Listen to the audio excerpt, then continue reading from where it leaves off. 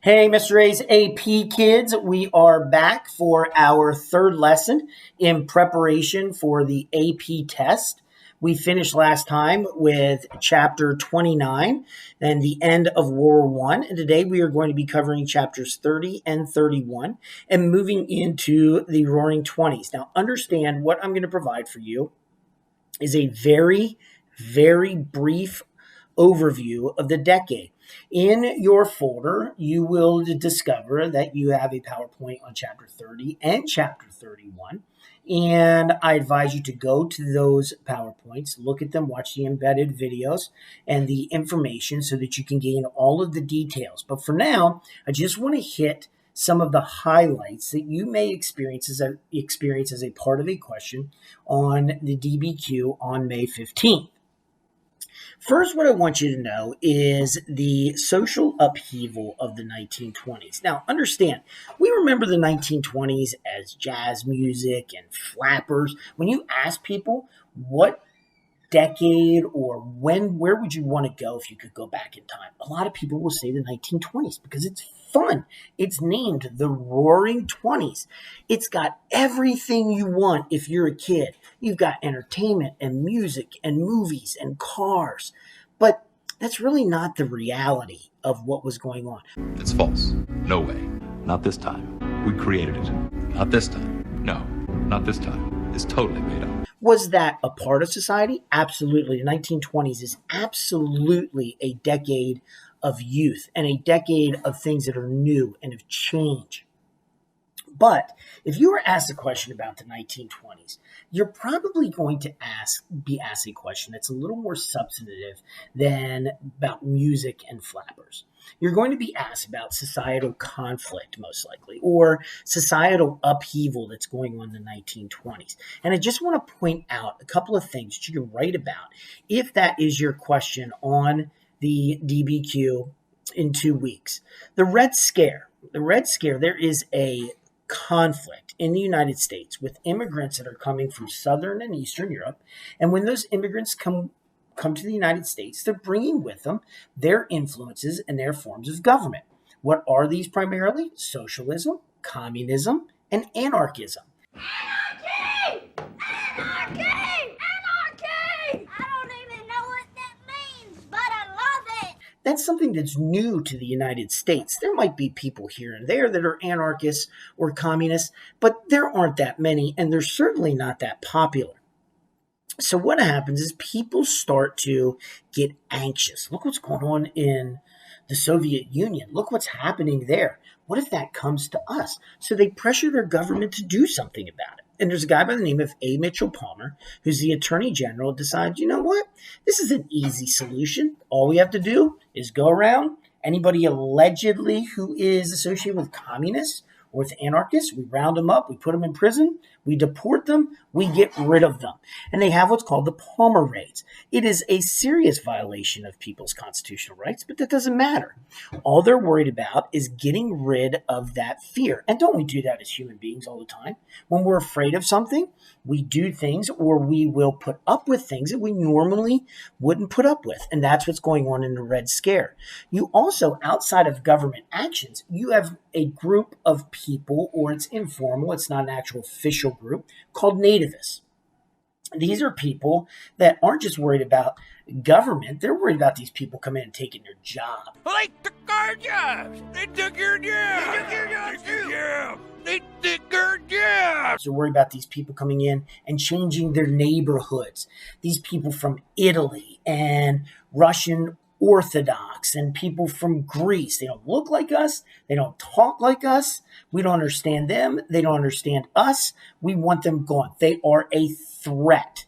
And it leads to groups, specific groups like the Ku Klux Klan. Now, in today's world, Ku Klux Klan, let's face it, all right? They don't have much influence. They're on the outside, and they should be. We should shout them down. They have a right to speak, absolutely, but we have a right to speak out against them. In the 1920s, Ku Klux Klan was a part of society. It didn't come with a stigma. There were 4 million members of the Ku Klux Klan, and they were lawyers, they were doctors, they were cops, they were construction workers. They came from all over the place. There were Klan members in the Senate and the House of Representatives, and they had influence. And they pressured the government to pass quota laws or immigration laws. That is, it would restrict immigration from those countries that had people coming here that didn't look like us, that didn't speak like us, that came from areas where they were exposed to communism and anarchism. So people from Great Britain, keep on coming. Germans, they look like us, keep on coming. Italy, no, we're going to restrict that. Jews from Eastern Europe, we don't want them here. They're restricted. So the government is going to officially have a policy where we welcome those who look like us and think like us, and we reject or we don't allow people in who don't think like us or talk like us. Hold up. Wait a minute. Something ain't right. And this is the official policy of the government. The government is always also trying to shape or address the social problems that we have. Remember, we talked about before, going back to the progressives, all the corruption and poverty and crime and all of those things. And we really feel like we're not making any headway, especially in the cities. So there's a group specifically driven by women and fundamentalists that say, look, all you have to do is get rid of alcohol. If people aren't drunk, they won't commit crime. Now, if you think about it, it makes sense. If you've ever watched the show Cops, you know that people who are under the influence are more likely to commit crimes than people who are not. Do you have a drug problem? Yeah. Are those your real eyebrows? No. Well, both you drug users will not hang out in our city anymore, right? No, sir. And you're going to say no to drugs?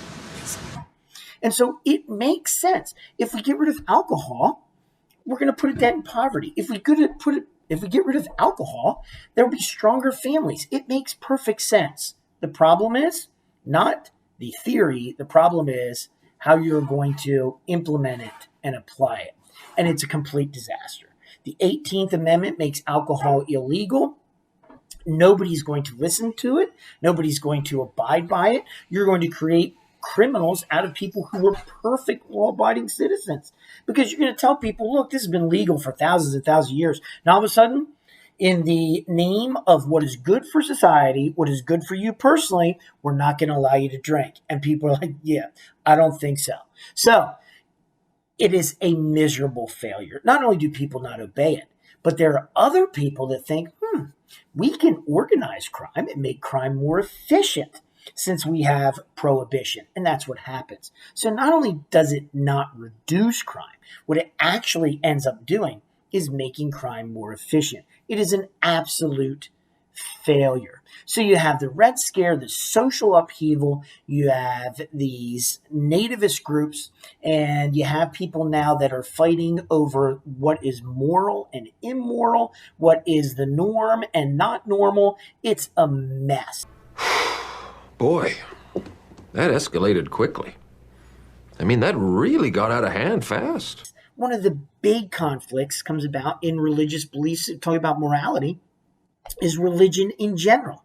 In most of American history, we would be considered a Christian nation, even if you're not Christian by name, even if you don't go to church every week.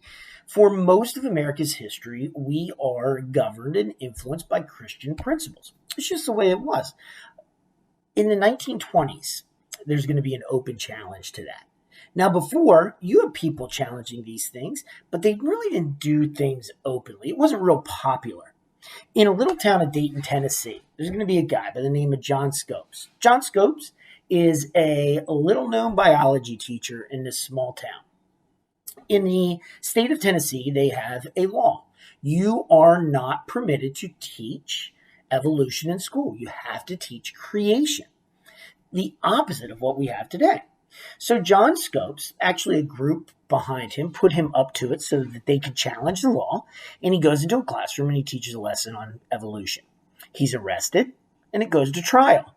Now, this is a little town, okay? There's a little courthouse. They mind their own business. They're not influenced a lot by what's going on outside their town, and they don't influence other things for other people outside their town. But all of a sudden, you're going to have the national media descend upon this little tiny town. The two attorneys that are going to be the prosecutor and the defense attorney are going to be two of the most skilled and famous attorneys in the United States. And what the trial becomes is not about John Scopes and not about whether he did what he did. He did it. He's actually found guilty and he's fined. But it's about, should we live or force people to live by these certain set of Christian principles? You're going to have an open debate, a very public debate. The courtroom is so small and it's so hot that they build a platform outside, and it draws thousands of people, millions of people's attentions to listen to this open debate on the Bible and how we should live and how much it should be a part of our society. So you can see that if you're asked to write about the 1920s, there's a lot more than flappers. There's a lot of socially significant things that are going on at this time. Now, shift gears a little bit. You also have a major shift in the economy. First of all, congratulations, Mr. Krabs. Hello, I like money. What inspired you to build a second Krusty Krab right next door to the original? Money. The economy at this time is basically, look, you have things you need, and you go buy those things that you need to survive, to live. In the 1920s, we start to shift to what's called a consumer economy. Now, what this means for the 1920s is this. We have more money than we've ever had before, and we're going to buy things that we want because the stock market, the economy and production, it is going through the roof. People have more jobs. They're making more money at their jobs. So they want to buy stuff. Now, they still can't buy it. You look at, all of us look at things, say, man, I would love to have that car. I would love to go on that vacation. But maybe we can't afford it. So what do? You put some money down. And then you pay for it a little at a time, like a credit card. Well, before this, buying on credit was not a big thing. You either had the money to buy something or you didn't. 1920s, installment plans. Installment plans allow you to buy cars and jewelry and clothing, things that you would never be able to buy before. You are going to have that money and you are going to buy things that you want. You have a new industry of advertising, which is going to convince you of what you want, just like they do now. To show you the incredible strength of Flex Shot, I'm gonna blast huge holes through the bottom of that boat with this giant cannon. Ready? Restaurant commercials make us hungry. Clothing companies have advertising that makes us trendy. This all gets going in the 1920s. They're going to convince people you can look better, you can feel better, you can experience more. Life can be easier. Don't sew with the needle and thread. Buy this new sewing machine, $4 down, $1 a month, and it's all yours in 2 years. Man, it's a lot easier making clothes with your sewing machine than a needle and thread. You want that shiny new car, $500 that Ford has created and learned how to mass produce? Money down, you pay it off a little at a time. People are living it up. Leisure becomes a normal part of life. Up until this point in history, life was this. You wake up really early. You work, and you work. Little bite to eat for lunch. You work, come home, eat dinner, go to bed. Oh, and in case I don't see you, good afternoon, good evening, and good night. Repeat. That was life. Not in the 1920s. 1920s, you're going to have the radio. Anything you can get on television today, you can get on the radio then. You get sitcoms, you get sports, you get news, you get dramas. The radio is this new medium to entertain you inside the home. You're going to have movies. Hollywood is going to become the fourth largest industry in America. No longer do you have to spend your Saturday afternoons working. You can go to a Nickelodeon and watch a film. You're going to have sports. We are sports. Take me out to the ball game. Take me out to the crowd. Buy me some peanuts and cracker jacks.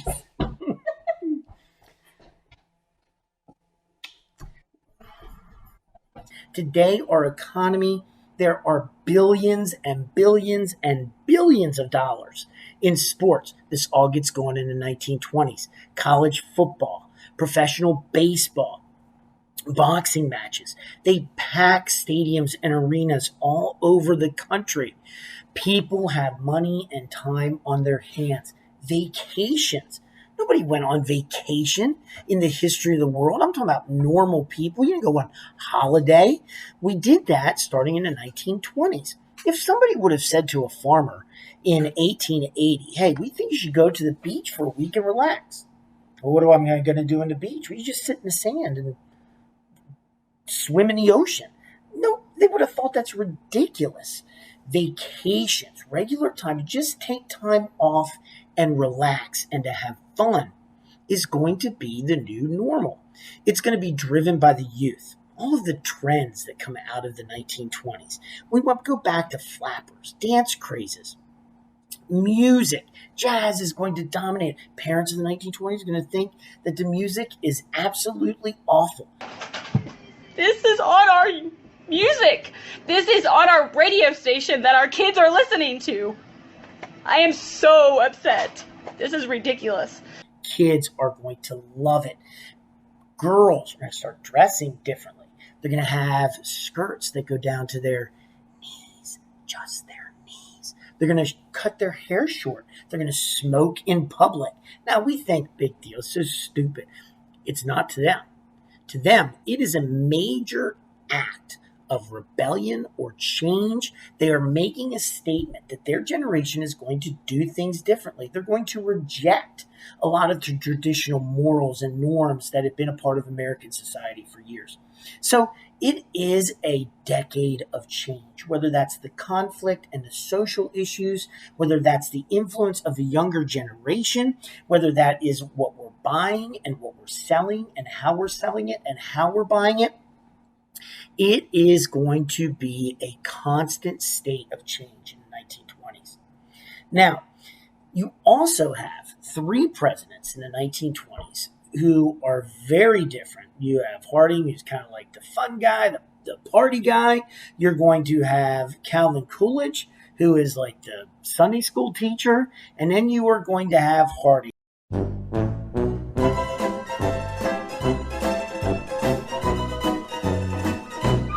This self-made man who Americans love. He was a hero in World War I.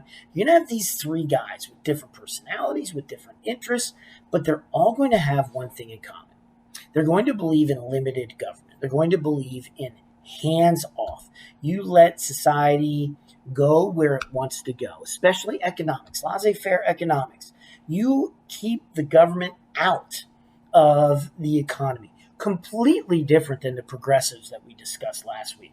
The age of progressivism is gone. It's done. We do a 180 with the government removing themselves from the lives of individual citizens, especially their day-to-day lives.